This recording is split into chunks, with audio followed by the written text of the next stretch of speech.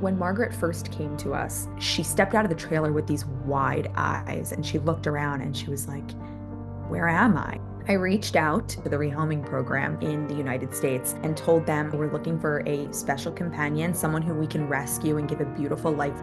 The next day, they got back to me and they said, "We just got an email about a 17-year-old cow who had been used in the dairy industry her whole life, and the farmer is looking for a home for her instead of sending her to slaughter."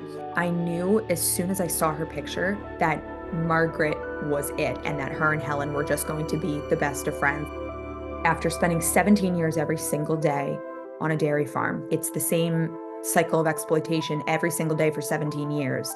And so to come to a place where no one expects anything from you, it's green pastures and you have your own cozy run-in shed filled with all the straw and hay in the world and scratching posts on the sides of the shed and just your own little paradise was very overwhelming and confusing for her.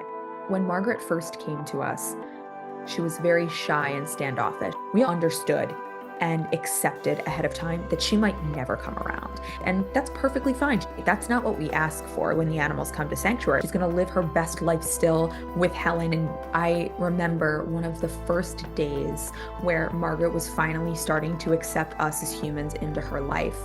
Scooter brought her this pumpkin. What she did is he was crouched down in front of her and she just took her forehead and she put it to his and just started licking him and started loving him and showing her affection towards him. He's just the first human that Margaret accepted into her new life. After about a month of Margaret's quarantine, we were finally able to introduce her to Helen. And so we started by moving Helen to a pasture that was very close to Margaret, so they could smell each other. And then one day, we put our halter on and we brought her over to Margaret's pasture. Margaret, you want to meet Helen? We were so excited. Margaret saw her and just started walking over to her, slowly, very curiously. And then she got close enough that they could touch and she started licking her. And she stood there and she licked Helen for 20 minutes. It was the most beautiful moment.